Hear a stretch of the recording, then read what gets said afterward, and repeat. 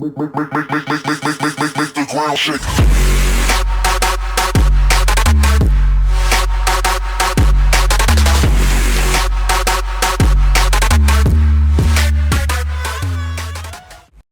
Hello everyone and welcome to another tank review. This time we are looking at the Tier 9 American tank destroyer, the T30.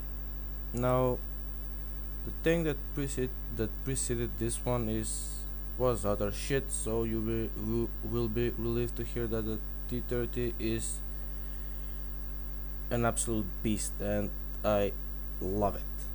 That is all I can say about the T30.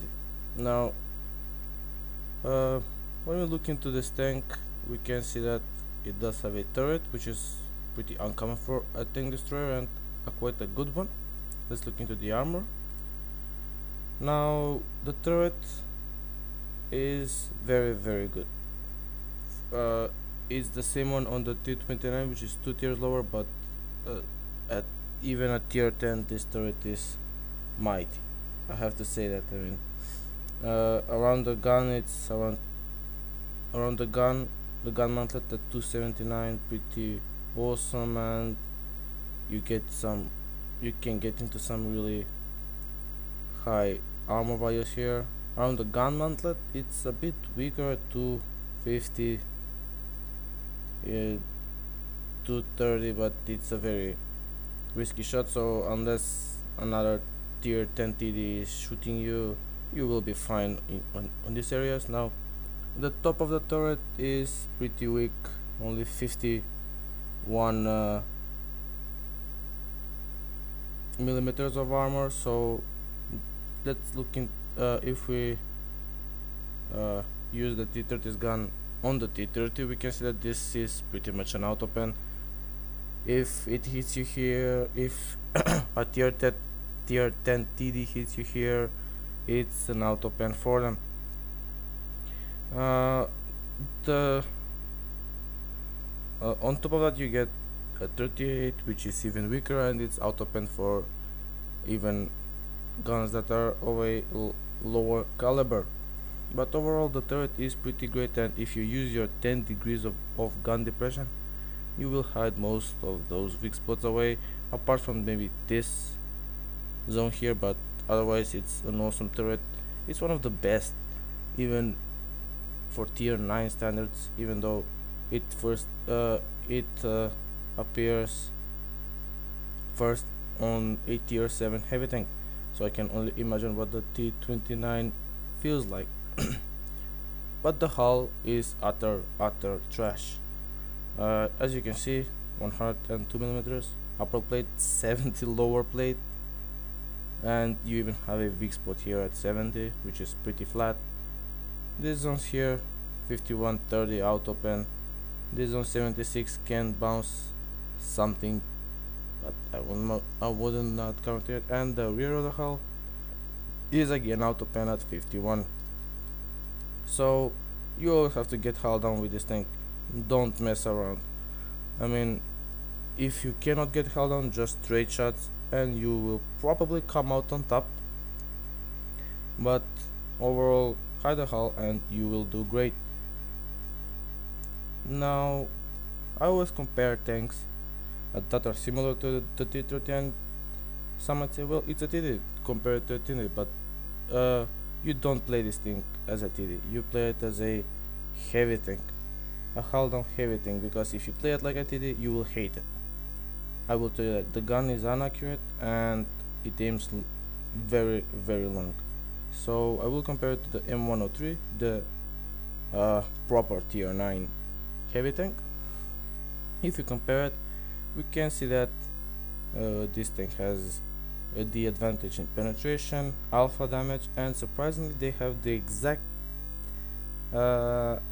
they have exactly the same damage per minute, and this gun hits almost twice as hard. The reload is surprisingly a lot worse, but that comes down to the alpha damage. But you do carry one more round than the M103, which means that if you come close to running out of ammo, you will certainly have a lot more and damage done. The shell velocity is pretty poor, I have to say, pretty poor uh, for the tank, and which means that long range shots are pretty hard with it. The view range is a weak spot, is a weak side of this tank at 380. I mean, it could have been better, but it's not bad. And the camo values are pretty shit for a TD, but as I said, this is not a TD, this is a tank destroyer. The accuracy, even though it says it's the same, I kind of feel that it's better on the M103, but it gets completely ruined by these stats. I mean, the aim time it's 40% worse than the M103. These stats are horrific for the tank. I mean, the dispersion is just horrible. Just look at the stats here. I mean, the M103 has pretty good soft stats, but this thing has pretty bad. Plus, the inability to mount a vertical stabilizer makes this even worse. Now, the gun elevation at 15 is pretty alright. I mean, it's not the best, but it's manageable. It's not something like an AMX 5120, which has only 6. And the gun depression at -10 is one of the best in the tier, and it's even better than the thing that will succeed at the T124. Now, this tank is pretty clunky, which means that which you can see by these stats here. I mean, it has a much lower turret traverse, a much lower hull traverse. The power output is exactly the same, but the power to weight is a bit lower than the M103. But combined with this worse soft stats, this tank is nowhere nearly as fast as the M103, but it can get around the battlefield. It's not like the T28 prototype where the spawn matters, what you will do. And the forward speed at 35 is pretty reachable on the flat, I have to say. Overall, this tank is pretty good. I can't deny that I love it. Also, I almost forgot, let's look into the equipment.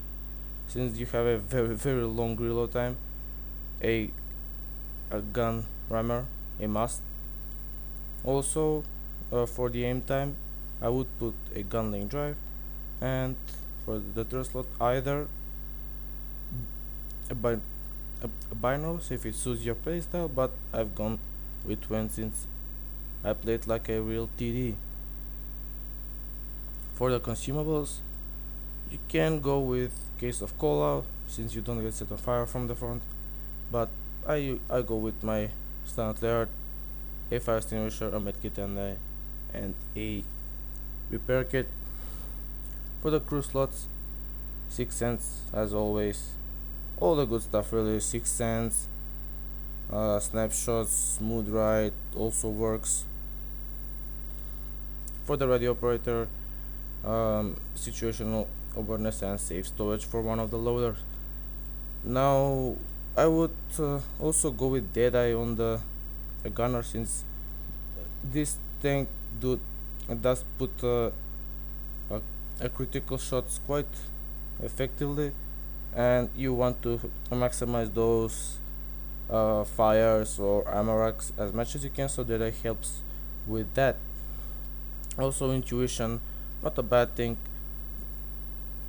You can, if you want to change shells, since you do have both loaders, but you'll have to have a really good crew. And adrenaline rush is also pretty effective. Another thing to mention about this tank, when you grind it, the engine doesn't make that big of a difference. So if you just want to grind through this tank, don't waste your experience on it, just get the E4. But if you are a T30 fan, you can research it. Anyway guys, that's enough of the theory on this thing. Let's get into some battles. And here we are in the game. Now this is a pretty much a dream matchup for the T30.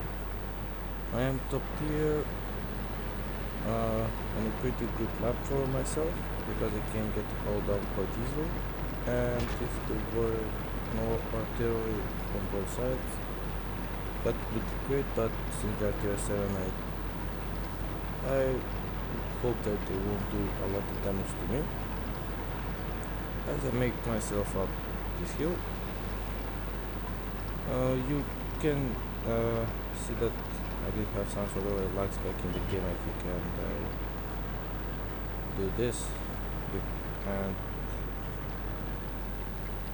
that's my internet connection in a nutshell, so you can imagine what I'm doing during my games. Anyway, continue onward with the battle. You can see that even though the T30 is not the fastest of tanks, it certainly can get, it has some sort of steady speed going up the hill.